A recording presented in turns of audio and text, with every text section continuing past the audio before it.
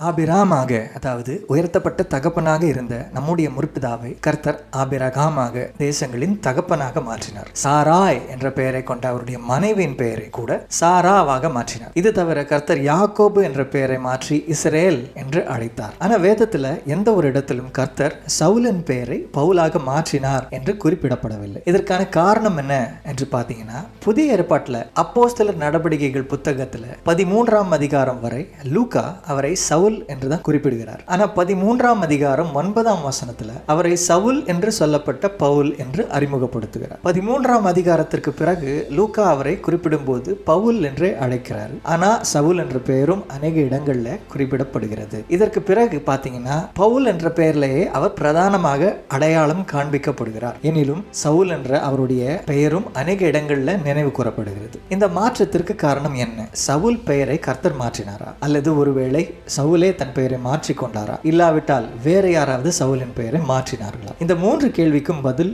ஒன்றுதான். சவுலின் பெயரை கர்த்தரும் மாற்றவில்லை, சவுலும் மாற்றிக்கொள்ளவில்லை, வேறு யாரும் மாற்றவில்லை. பின் ஏன் இந்த குழப்பம்? இதற்கான பதில அப்போஸ்தலர் 26:14 சவுலே தெரிவிக்கிறார். நாங்கள் எல்லாரும் தரையில விழுந்த போது, சவுலே சவுலே, நீ ஏன் என்னை துன்பப்படுத்துகிறாய்? முள்ளில் உதைக்கிறது உனக்கு கடினமாம் என்று எபிரேய பாஷையிலே என்னுடனே சொல்லுகிற ஒரு சத்தத்தை கேட்டேன். இதுல இருந்து நாம என்ன புரிந்து கொள்கிறோம்? சவுல் என்பது எபிரேய மொழி பெயர். அந்த காலத்துல யூதர்கள் எபிரேயம் மற்றும் எபிரேயத்திலிருந்து பிறந்த கிளை மொழியான அரமிக் மொழியிலும் பேசினாங்க. ஆனா அக்காலத்துல இருந்த பெரும்பான்மையான நாடுகள் ரோம பேரரசு ஆட்சிக்கு கீழே இருந்ததுனால கிரேக்க மொழிக்கு அதிக முக்கியத்துவம் கொடுக்கப்பட்டது. இப்போ எப்படி நாம தாய்மொழியாகி நம்முடைய தமிழ்ல பேசுறோம், அதே சமயத்துல சர்வதேச மொழியாகிய ஆங்கிலத்திலையும் நம்ம பேசுகிறோம். இப்போ உதாரணத்துக்கு தாவீது என்ற பெயரை எடுத்துக்குவோம். தமிழ்ல நாம தாவீதுன்னு அழைக்கிறோம், ஆனா ஆங்கிலத்துல டேவிட் என்று உச்சரிக்கப்படுகிறது. மற்றும் உருதுல பாத்தீங்கன்னா தாவூத் என்று அழைக்கப்படுகிறது.